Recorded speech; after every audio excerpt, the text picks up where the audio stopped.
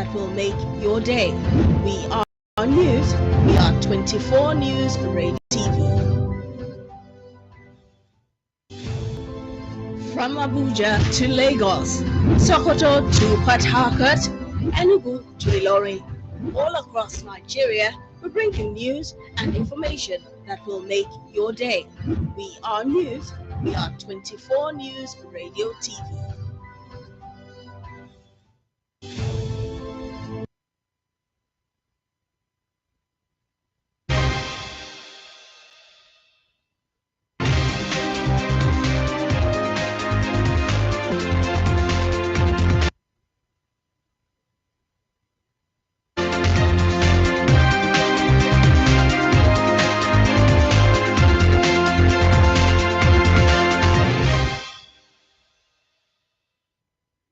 A lovely evening to you, and thanks for joining us on the news update on 24 News Radio and Television. My name is Grace Nwafo.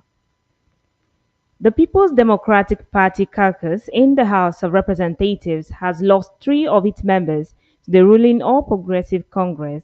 The defectors, 2 from Osun and 1 from Edo State, cited what they called the internal strife in the leadership of the PDP.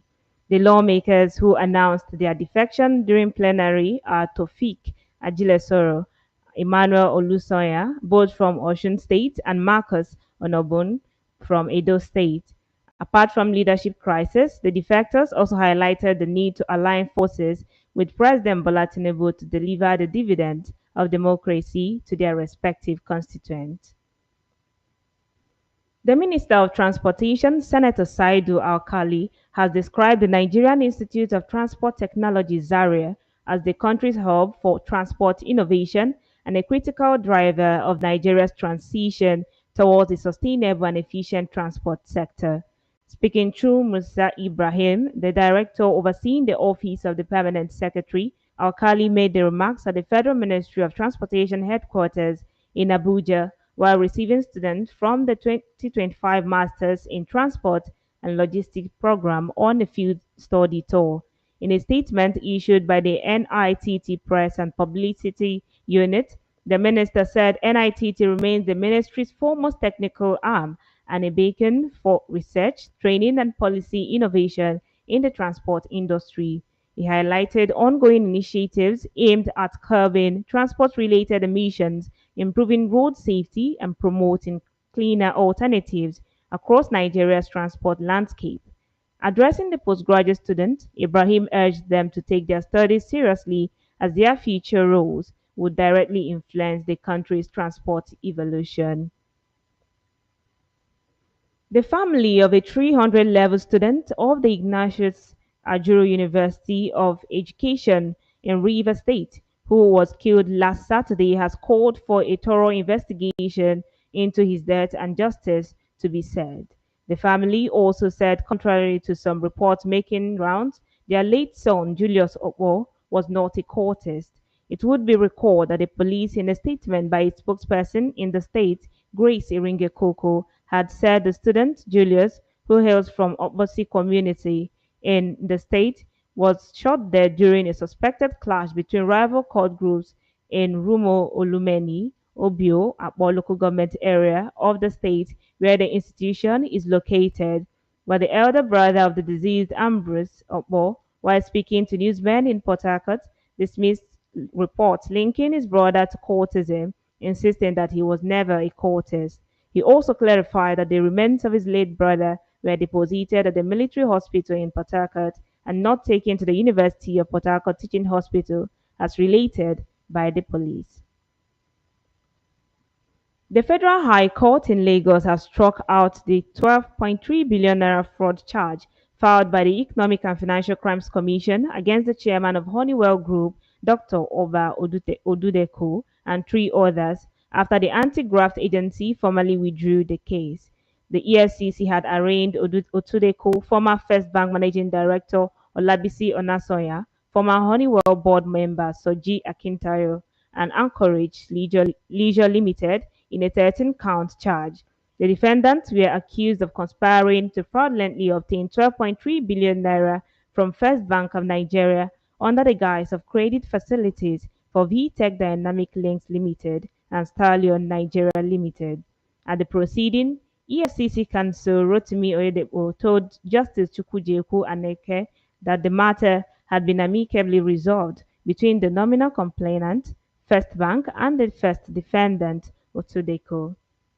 This is still the news update on 24 News Radio and Television. Still to come are news from the foreign scene and the world of sports. Stay with us.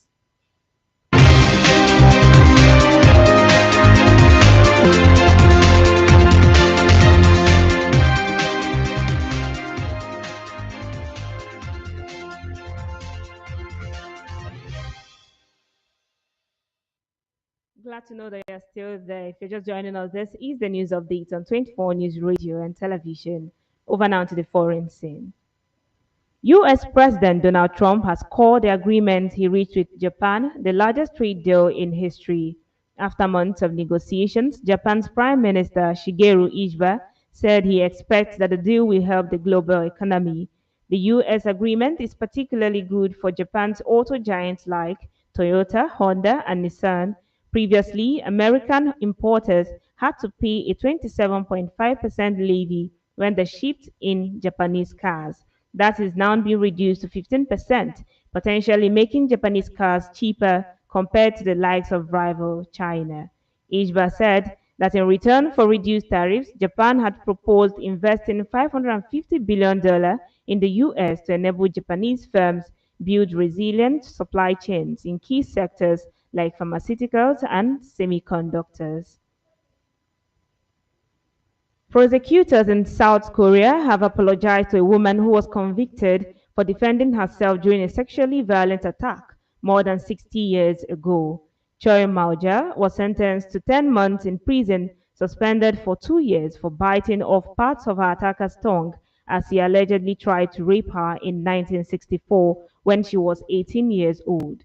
Inspired by the country's Me Too movement, Ms. Choi, now 78, has campaigned for years to have her conviction overturned. Her retrial began in the city of Busan today, where prosecutors issued an apology and asked for the court to quash her guilty verdict. And from Ukraine, Ukraine's government is facing a growing backlash after President Volodymyr Zelensky signed a law limiting the independence of two anti-corruption agencies. The contentious bill grants control of the National Anti-Corruption Bureau, NABU, and Specialized Anti-Corruption Prosecutor's Office, SAP, the Prosecutor Council, who is appointed by the President.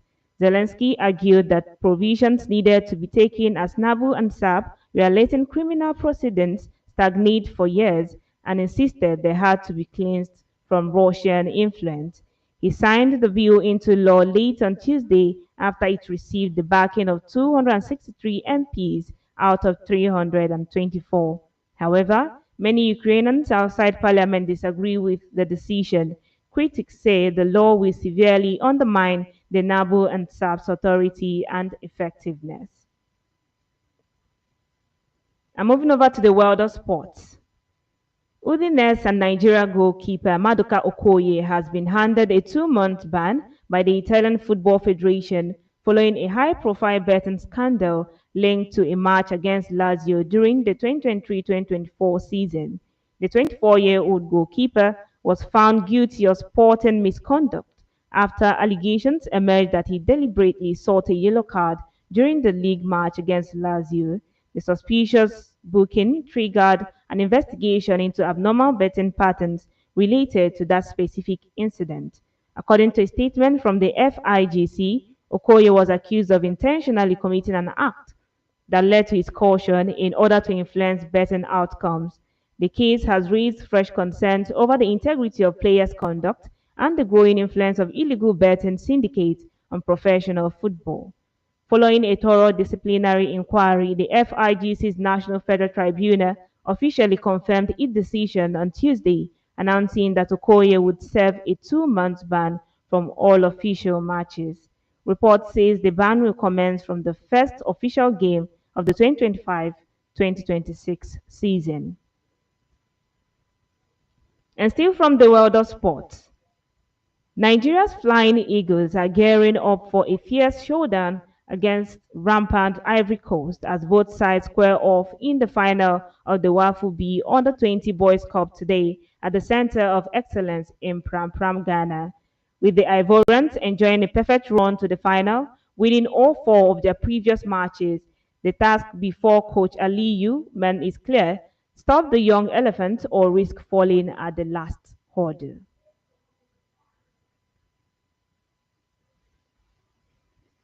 And that is the end of the news updates this evening on 24 News Radio and Television. Do stay tuned for more programs will be coming your way. My name is Grace Mwafo. Have a lovely evening.